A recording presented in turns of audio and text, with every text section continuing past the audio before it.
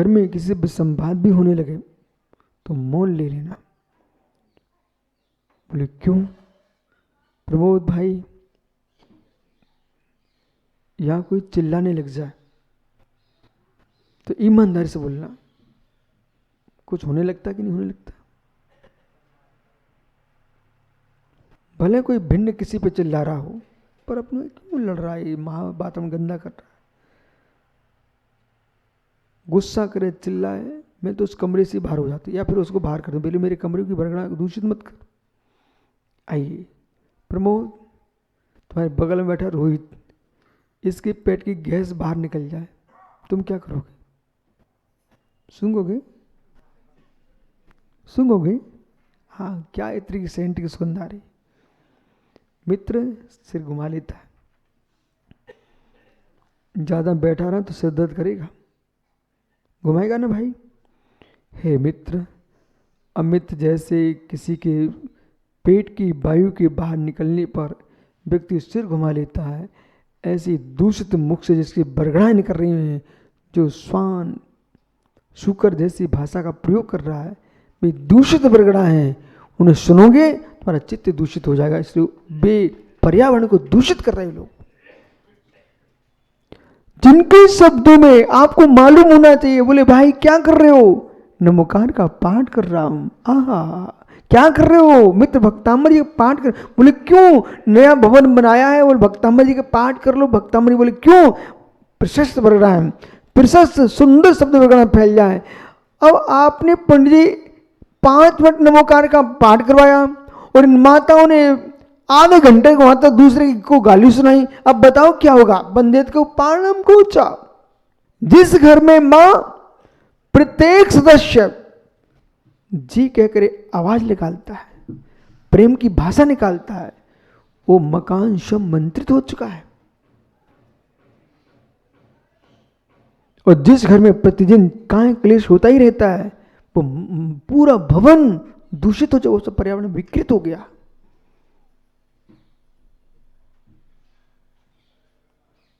मैं भी तो बोल ही तो रहा हूं, और क्या कर रहा हूं? बोल ही तो रहा हूं जिनेश्वर जी, मैं कर क्या रहा हूं? बोल रहा हूं ना, लेकिन मैं बोल रहा हूं पूरी सभा शांत। शाम को उधर देखो, इतना विशाल तुम्हारा मंडप है, आगे से पीछे तक शांत। ये तो छाया है, मंडप है।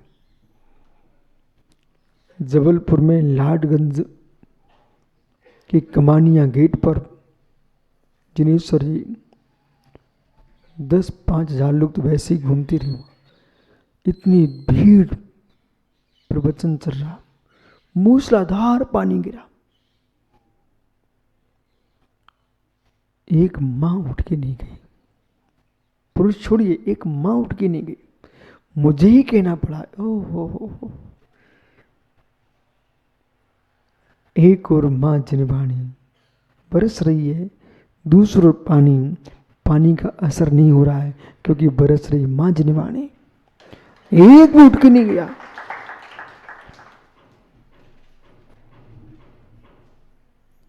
शब्द मंत्र है,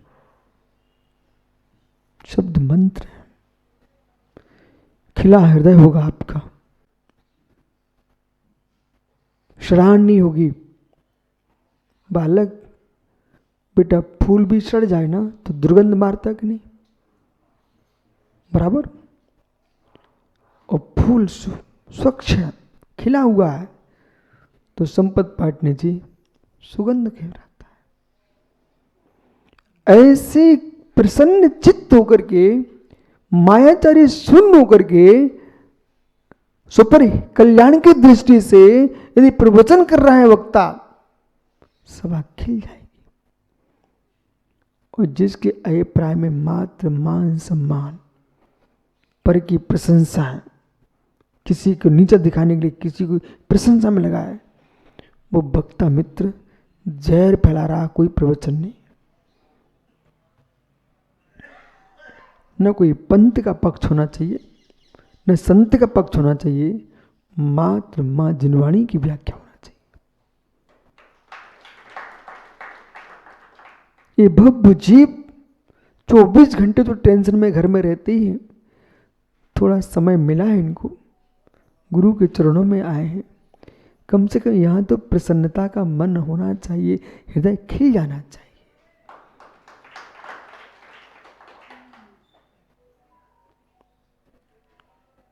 पीयूष वक्ता का धर्म है अपनी अभिप्राय की गंदगी मंच पे ना बिखेरे, अपने अभिप्राय की गंदगी मंच पे ना बिखेरे। वक्ता का धर्म है मात्र भव्य जीवों को जिनवाणी की सुगंध बिखेरे। पर्यावरण,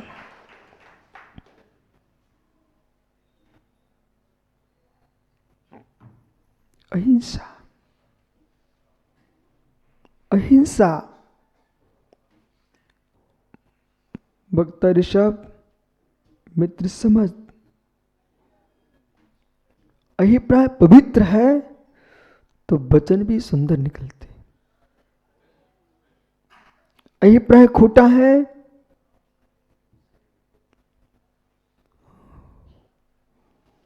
लहसुन प्याज के खेत में चर के आई गाय,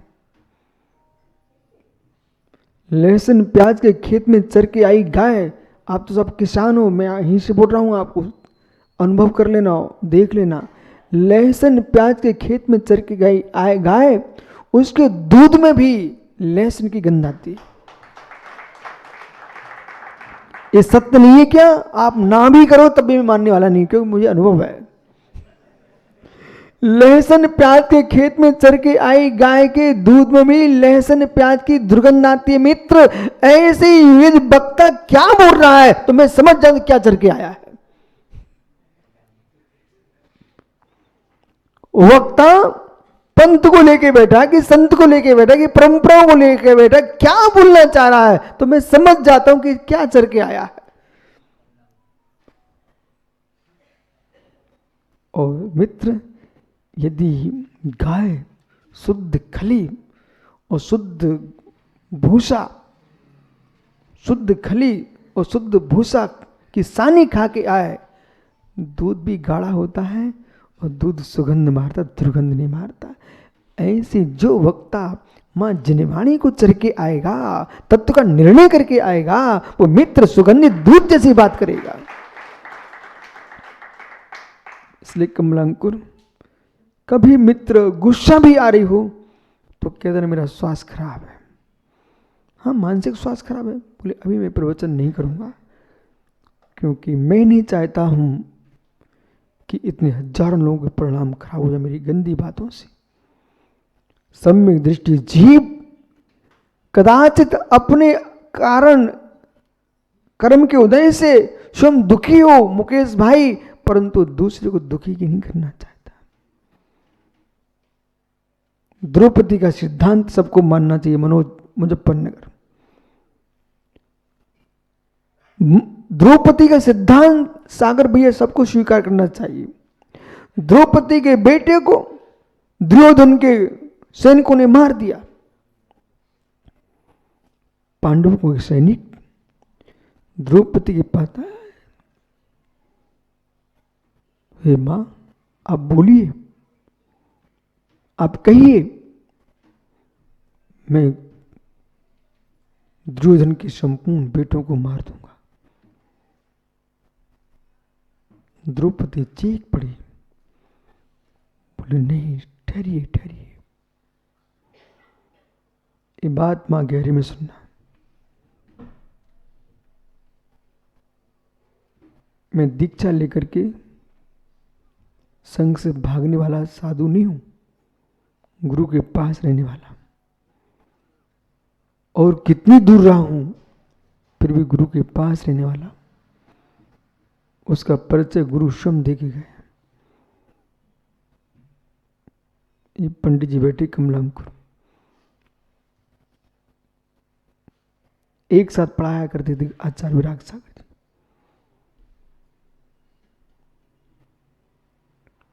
और आप ऐसा कहो महाराज इतने शांत क्यों रहते हो, ये बासल तो हम लोगों को विरासत में मिला है।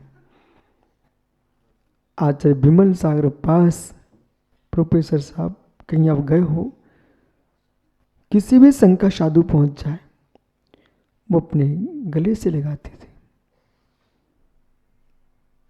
देश में किसी भी राष्ट्र में किसी भी समाज, चाहे जैन हो, बौद्ध हो, हिंदू हो, कोई भी हो, जो दुखिया उनके दर पहुंच गया, उन्हें सबका दुख दूर किया।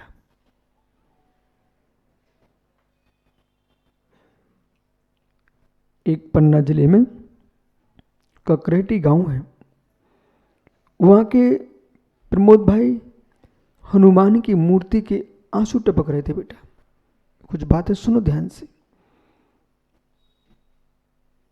प्रतिमा में आंसू टपकना बहुत अनिष्टकारी होता है।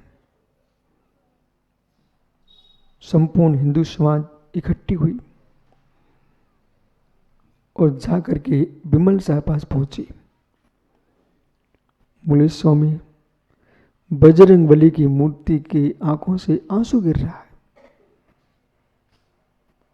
वहीं से बोल दिया, तुम जाओ,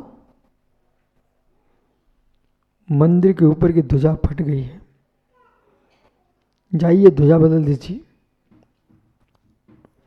और जैसे वो लोग गए वहां से, वो झंडा बदला, उन्होंने फटा झंडा हटाया, आंसू समाप्त।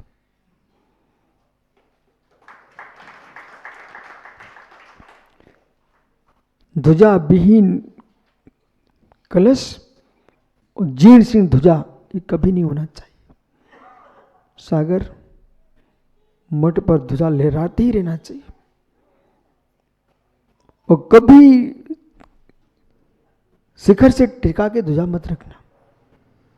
फटी ध्वजा ये तो मत दे कि कब महावीर जयंती आएगी, कब दीपावली आई तब बदलूंगा। जीर्ण शीर्ण हुई तुरंत लगाइए आप।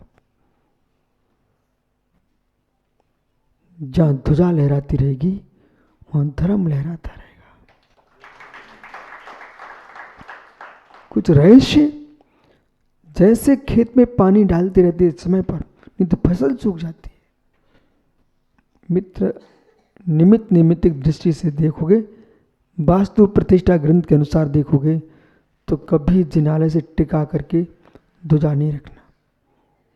कदाचित तुमको ध्वजा की बोली भी लो ना, वो पंडित जी कहते नहीं रख दो, आप लेना मत बोली। उचित स्थान पर जहां लगती वहां लगवाओगे तो बोली लेना, अन्यथा तुम लेना मत बोली। कलश से 3 हाथ, कलश से 5 हाथ दूर ध्वजा यदि फहराती है तो देश में, समाज में धर्म की ध्वजा फैलाती है। कभी ध्वजा को फटने मत देना।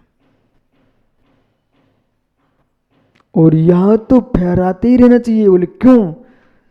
700 गांव की ध्वजा का आपको दायित्व मिला है। क्या आप चाहते हो कि मेरा कोई भी नगर दुखी रहे? यदि नहीं चाहते हो तो मठ की ध्वजा हमेशा लहराती रहना चाहिए। मंदिर की देहरी चमकना चाहिए, ध्वजा लहराना चाहिए। देहरी चमक रही है और ध्वजा लहरा रही है, समझो समाज चमक रही है। डॉक्टर कहां गया अपना? बस जी, जिसके पैर गंदे रहते हैं, कितनी सफाई करे तब भी काले रहे, समझ लो बात का रोगी है। जिसकी जिह्वा और पैर कभी स्वच्छ ही ना हो, मतलब वायु रोग है। वायु रोग से दूषित है जी, बड़बड़ाता ही रहेगा ये। बहुत बोलने वाले लोग वायु रोग से दूषित होते चित्त के। मित्र, जिसके पैर स्वच्छ हैं, जिह्वा स्वच्छ है, चित्त स्वस्थ है और रक्त है, ये पुण्यात्मा जीव के लक्षण है।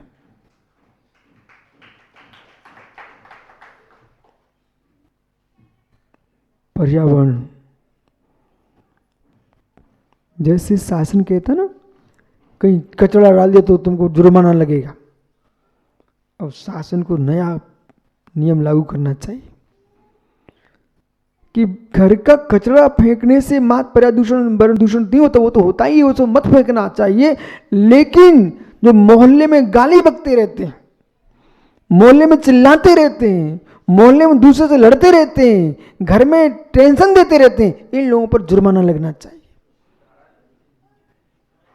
अच्छा मस्त जुर्माना लगना चाहिए। बोले क्यों? ये सबसे ज्यादा, और जो रो रो के दिखाते ना, इन पे डबल लगाना चाहिए।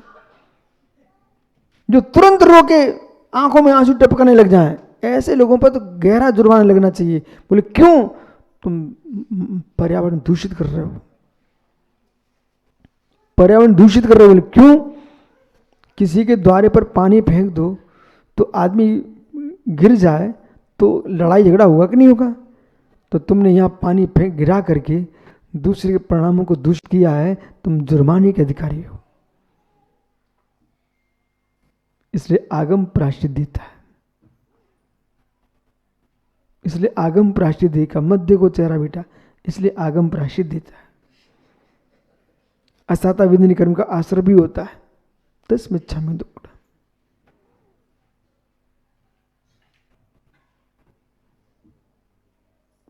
रोना धर्म नहीं है, हंसना धर्म नहीं है। प्रमुदित रहना, आनंदित रहना, आनंदित रहना।